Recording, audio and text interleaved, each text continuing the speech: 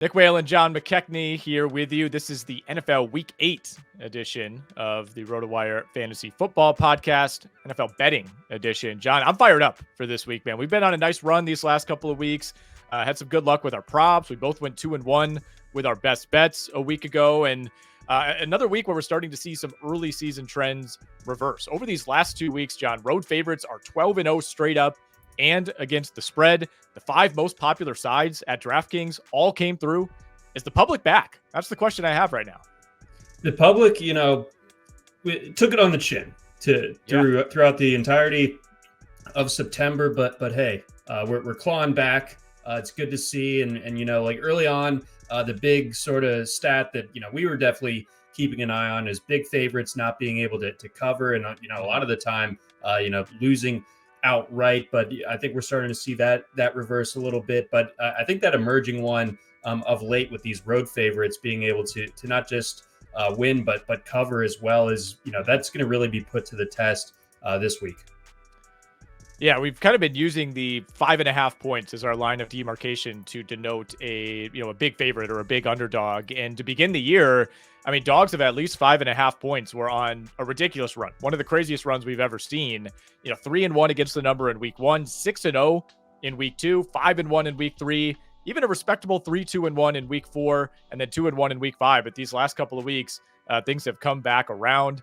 In week 6, we saw dogs of at least 5.5 finish just 1-3-1 against the number, and then 1-4 last week. So those of us who tend to follow the public, it's been a nice couple of weeks here, but still plenty of ground to make up. We're going to help you try to continue to do that as we turn the page now to week 8. John, each week we each pick 3 games we want to discuss. As always, I'll let you lead us off. Where are you taking us first? All right, we're going to go to Miami. The Dolphins are facing off against the Cardinals this week, and I think it just can't be understated how big of an impact it is to have Tua Tagovailoa back under center for the Dolphins. I think that the Cardinals, they came away with the win on Monday night to kind of like save their season a little bit. They really needed that in that particular spot. You're playing the Chargers, a team that like the meme of the scientist holding up the beaker and he's just like, we found it, pure mid. I think that's kind of like the encapsulation of the Chargers. But regardless, a gutty win from the Cardinals. But again, the Dolphins are a team that have effectively been dead to us on this show since Tua went out with that concussion against the Bills. I think it's all systems go once again. Maybe I got a little bit too fired up by the Tyreek Hill quote that I can't directly quote on this pod. It's a family show. But he said, always has been.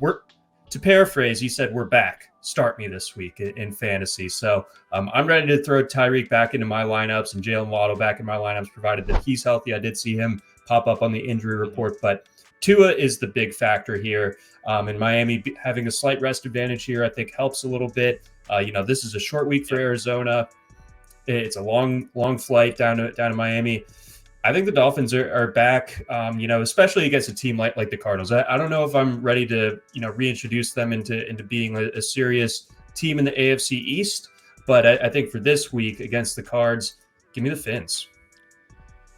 Yeah, it's hard to shy away from the Dolphins here. I think they're going to be a really popular side this week, and rightfully so. You mentioned the rest advantage, let alone Arizona flying home and then flying all the way across the country, skipping a few time zones down to Miami. I didn't put this one on my list because I want to see Tua first. Tua didn't look great early in the season in the game and a half that we saw of him. It's not like this offense was really firing on all cylinders, but you also get the NFL's 30th ranked defense in EPA, right? And, you mentioned the win last week over the Chargers for Arizona. Some of the luckiest plays I've ever seen. First drive of the game, Kyler throws a pick to a defensive tackle who immediately fumbles the ball. You knew as soon as he started running and he didn't just go down, you're like, yep, 100% chance this is being fumbled. It was. They end up getting the ball back. Obviously, Jalen Reagor, fumbles what should have been a touchdown out of the end zone. Arizona also had a key fumble late in the game that they were able to jump on. So 3 fumble recoveries in that game. You still let Justin Herbert throw for a ton of yards in a game where he had no wide receivers. Like half of those yards went to a random collection of like third string tight ends who are out there for the Chargers. So I don't feel any better necessarily about Arizona winning that game. That was more about the Chargers just not being able to finish off drives. So as long as Tua can just give them, I don't know what, a C+, B- effort, Is that what it's going to take for Miami to cover this? I think so. It's still a friendly enough number. I like a favorite of 3.5 because sometimes you'll get people shying away from the hook. But I think the Fins in this particular spot, I know it's been really dicey sans Tua, but and I think that is a fair point to note that they didn't look great to start the season. Took a big comeback against the Jaguars in week 1. The fumble and everything like that. So sorry about that. Puppers is excited. Give me the Fins here. Yeah, we need Tyreek Hill back, by the way. I did the research on this. Since Tua went down, here is where he has finished each week in terms of wide receiver PPR. 53rd, 57th, 51st, 31st, 89th last week when he did not have a single target in the first half. So Dolphins are back. Tyreek Hill is back as well. For my first game, John, we're going to a divisional matchup, and we are diving right into what could be viewed as a trap line. I'm taking the Kansas City Chiefs to cover 9.5. I know there's some 10s out there. I locked it in at 9.5. It's got to stay under 10 for me to really like this. Kansas City, we have questions. It's a team that struggles to score points. They're still yet to put up 30 in any game this season. I do think the offense has looked better. It's shown some signs, at least over these last couple of weeks. You think about that Saints game in particular, although I don't know what that means, beating up on that Saints defense right now. But really, it's more so a fade of the Las Vegas Raiders, who somehow pulled out a cover last week against the Rams. But the Rams, they might be terrible as well. I mean, that was a really poor effort by the Rams, who had 4 turnovers forced in that game. Vegas was heavily penalized. They had 10 penalties, never even reached the red zone. Obviously Gardner Minshew just slinging it around out there, throwing picks. The Raiders brought in Desmond Ridder this week. Hopefully we don't see him, but that's just not a good sign. I just don't want that guy on the roster. It's just a bad vibe addition to the Las Vegas Raiders. And, the reason that the Raiders were able to somewhat hang around last week with the Rams, despite all the turnovers, is, they weren't ripping off, large yard per carry numbers, but they're running the ball effectively enough to at least keep drives going. I don't think you're doing that against the Chiefs defense. I think they're going to be ready. The one thing that does worry me here is that Kansas City has been a little leaky against tight ends this season. So there should be a decent spot for Brock Bowers, but I mean, he's really the only reasonable option at this point in that passing game. The Raiders, John, have trailed by double digits at some point in every game this year. That they're only the 4th team in the last 30 years to do that through 7 weeks. And Mahomes, by the way, 18-1 straight up in road division games, 11-7-1 against the number in those situations.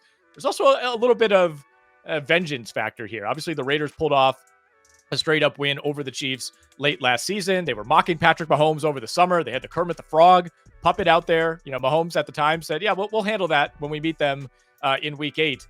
I think that happens here. I don't think the Chiefs necessarily, put up a 35 or 40 spot here, but I think they can hold the Raiders under 10 points. I think they win by at least 10. Yeah, I think, when it comes to Chiefs discourse, I think a lot of the attention tends to be on the offense being clunky, at least relative to what we've seen through the early part of Patrick Mahomes' career. And, it's understandable.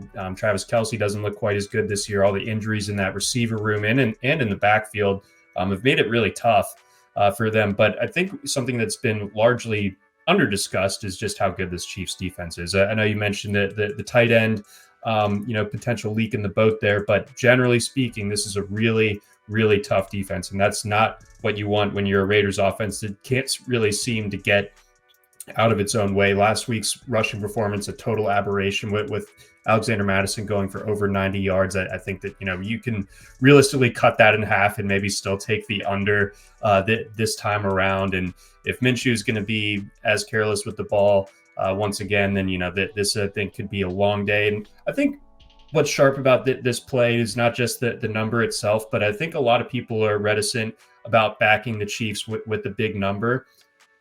But I think this is the spot. This is like the perfect confluence of factors here to where it's actually the smarter play to say, okay, KC's really going to take care of business here. And, it could only be like a 20-7 type of game, but it's still coming in.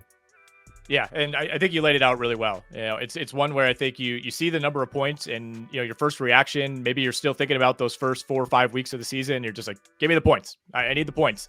I think there's a huge gap between these two teams. I think the writing is on the wall for the Raiders as far as where this season is headed. I think the Devontae trade kind of officially sealed that. And by the way, Kansas City should probably mention traded for DeAndre Hopkins earlier today. I'm really not even factoring that in. I think if anything, we see kind of an Amari Cooper-like impact where Cooper played, 19 snaps last week for the Bills, made a few plays, obviously found the end zone. Like DeAndre Hopkins is not the reason that I'm on the Chiefs, but it certainly doesn't hurt having him in the mix. All right, John, your second game, where are you taking us? So you just mentioned Devontae Adams going to his new team, the Jets. They are facing off against the Patriots. The Patriots at home in this spot, getting 7. I like the Patriots to cover that. I just think that the Jets are a mess. I think defensively they've regressed. I think that Drake May really does have a chance to continue to make progress. I think he's shown really good signs that through his first 2 starts. And what better time than now against a divisional opponent that is reeling in the Jets. So I think it's a ton of points here. And I know that, again, as we've mentioned, the road faves are doing really well right now. But this is a divisional one that I think could get a little bit hairy. They obviously played each other earlier this season. It does, hurt that the Patriots are a little bit banged up on both sides of the ball. So they're not going to be at full strength. And, I think that game against the Bengals might have earned them a little bit more cachet than it should have through the early part of the season. And for the most part, the Patriots have looked like what we expected coming in. And so that's run out a little bit. But at the same time, I do think that Drake May is for real. And I think that this is going to be one of those games that we point to in the future and say, oh, yeah, that's when you started to know that he's a guy. I'm going to be honest, this is in firm stay away territory for me because I really think the Patriots are a very bad team. They just lost to the Jaguars, who are also a very bad team. We'll talk about them in a little bit. And I do have to remind you, John, that we just extolled the virtues of just how poor that Dolphins team was without Tua. They beat the Patriots during that span. So I know that this offense has shown significantly more life in the passing game with Drake May. I also for whatever reason, I can't quit this Jets team. Like I've just gone down with the ship these last 2 weeks. Like I made the Jets my best bet in our staff picks article last week. I look like a moron. That was like the worst bet of the year by me. And yet at the same time, I was like, man, the logic that I laid out, I felt okay about, at least at halftime, right? It's like Russell Wilson's getting booed. The offense looks terrible, but there's just something with this Jets team where they get punched in the mouth and they can't punch back. And this was the case for those Packers teams toward the end of Aaron Rodgers' tenure as well. They were a front-running team. When things were going well, they were going to go really well. When things were going poorly, they were never a team that you would trust to come back, especially against a quality opponent. I guess the biggest question I just have is New England a quality opponent? Like, can the Jets do their usual Jets things, play this B- game offensively, hit a couple big plays here and there, go 3 and out a few times, and still manage to win this game by 10? I don't know. I went back and forth on it, so it's a stay away for me. But you like the Pats +7 at home. By the way, there were some 7.5s out there earlier in the day on Wednesdays. So if the hook matters to you there, which you probably should, something to think about maybe on the timing of that bet. So your second play, the New England Patriots +7 at home against the struggling Jets. John, I'm taking us down to Jacksonville this week, and I love the Green Bay Packers. So much so that I'm almost suspicious of how much I like this bet, because usually when I have a feeling like this, there's something afoot. There's a reason that I love a line a little too much. And this one opened at 4.5. It's been sitting at 4.5. It's down to 4 now at the DraftKings Sportsbook. I don't really understand that. I know Jacksonville's coming off of a win. I know the offenses look better. Trevor Lawrence has certainly played better over the last 3 or 4 weeks, but I also think this is a really, really good Packers team that just beat, I should say, a pretty good Texans team, despite having, losing the turnover battle 3-0. Jordan Love, I didn't think was great. Every week there's going to be some good, some bad. Oftentimes the good outweighs the bad. I thought last week the bad outweighed the good. And this Green Bay defense, man, came through. This is the best defense that the Packers have had in many, many years. I've seen Green Bay lose a lot of games like that, where the offense is sputtering, they're turning it over, special teams is committing errors all over the place. The Packers muffed a punt that turned into a touchdown. They had another one where Jaden Reed is fielding a punt as he's crossing the opposing goal line for some reason. That cost the Packers 30 yards in field position. They still strung together 4 straight stops to begin the second half. I think this defense is rolling right now, and you're going up against the worst pass defense in the NFL. I know the Jags are getting some pieces back. Tyson Campbell was in the mix last week. They may get Foye Oluokun back, their only good linebacker, this week as well. Jags, they can slow down the run a little bit, but I think this is a huge spot for Jordan Love. I think this Packers offense could put up 35, 40 in this game. I don't think that's off the table. And in that scenario, I certainly don't trust Jacksonville to keep up. So I've been wondering this from your perspective throughout the course of the week as I saw that this game was on the slate. Do you have the sort of AJ Hawk, Brady Quinn split Packers-Jags jersey? No. I was born and raised in the Green Bay area. I live in Wisconsin now. If I had to choose an NFC team, it would be the Packers, but I don't consider myself a Packers fan. You can't be a fan of two teams. All right. And if there was a Packers-Jaguars Super Bowl, I would be wearing my Paul Posluszny Jaguars jersey. No question about it. I would be 100% Jags. I am a Jaguars fan. Let me make that clear. Okay.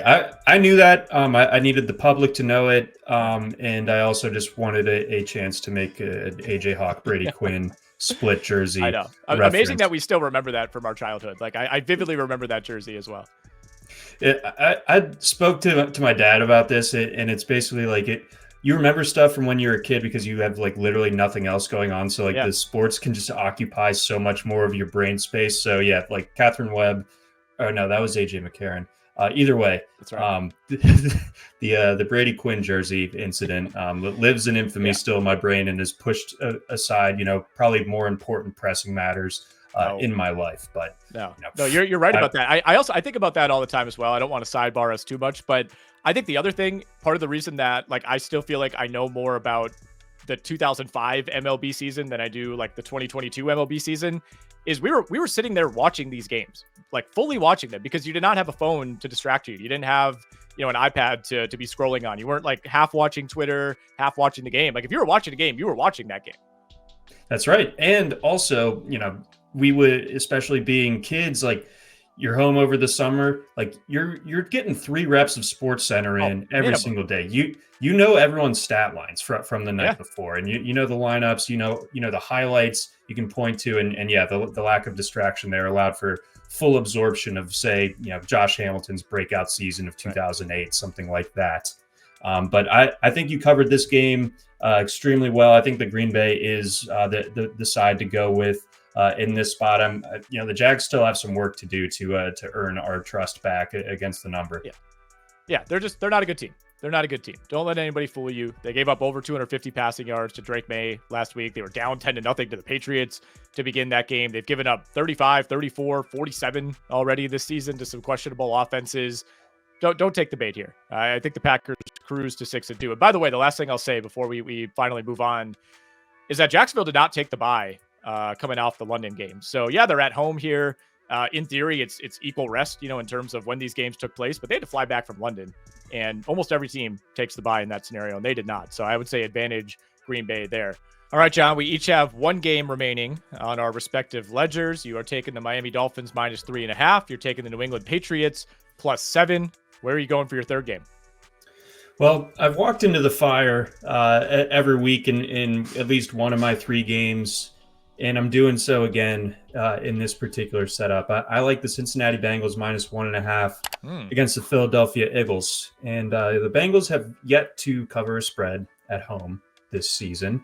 I think that changes this week. I still have my doubts about this Eagles team, despite them dispatching of the New York Giants in pretty dominant fashion a week ago, whereas the Bengals have obviously looked a little bit just playing weird games the last 2 weeks, but both against the Giants and against the Browns, but they were able to cover both of those games. I think that they are starting to patch it together. I think a game against the Eagles, they're going to be up for that game. I think the Eagles, that defense is swarming, and we'll see how that plays into our prop picks a little bit later on. But I do think that there's still some vulnerability in this Eagles secondary. I mean, Quinion Mitchell is doing really well as a rookie, but you're talking about 2 guys in Jamar Chase and T. Higgins that are really playing some of their best football right now. You wish that a third option could emerge a little bit better within that passing game, but even still, those 2 guys are hell to deal with. And I think that whoever doesn't draw the Mitchell assignment,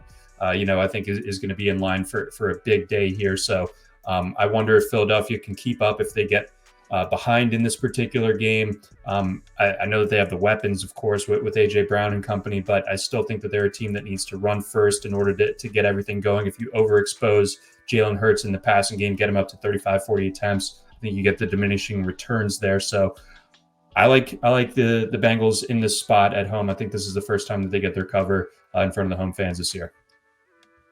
I love the diversity that we have on this show, John, because you have back-to-back now selected two games that are just so far away in stay away territory for me. I write a picks article for our site, Beating the Book, each week. And as part of that, I always label a game the Nick Whalen stay away of the week. And normally it would be like Titans Raiders or something along those lines, you know, like a Dolphins Patriots game.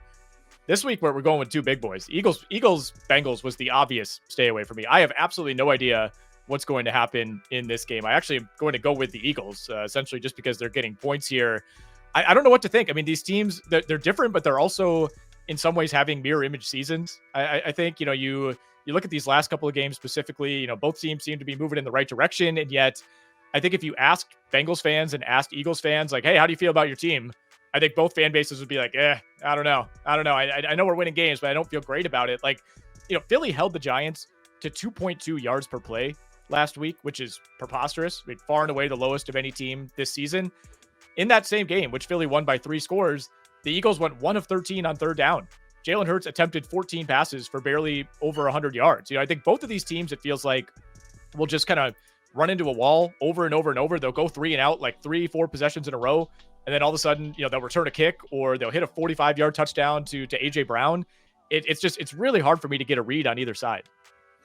No, that's absolutely fair. Like it's a dynamic with both sides where I think on paper and based on the last few years playoff experience and performance, where it's like, okay, these are theoretically 2 top 10 teams, and are they playing like that right now? Hard to say. Like, but sometimes yes, sometimes no. But I think that the Bengals, their best is still yet to come. And I think that is an interesting note that you bring up when it comes to Jalen Hurts only throwing the 14 passes last week. Like, they were able to get away with that because they ran for like 276 yards on the Giants.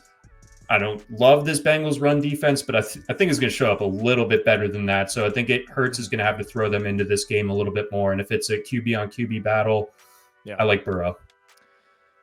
Yeah, I would side with you on that. You know, I think especially if we're just, you know, talking like which passing game do you trust more? It is still Cincinnati for me. You know, it felt like the Bengals had that stretch where, you know, all of a sudden they're up to 3rd in the NFL in offensive EPA. And, you know, these last 2 weeks, it's kind of come crashing back down. But hey, they're finding ways to win games. You know, I mean, I mentioned some of the offensive woes for the Eagles, but, you know, the Bengals get a kick return to open the game last week against Cleveland, and then they punt or turn it over on their next 6 drives. They finished the game 2 of 13 on third down. You know, Cleveland was like 8 of 19 on third down. Browns had over 100 more yards than the Bengals. So I don't know.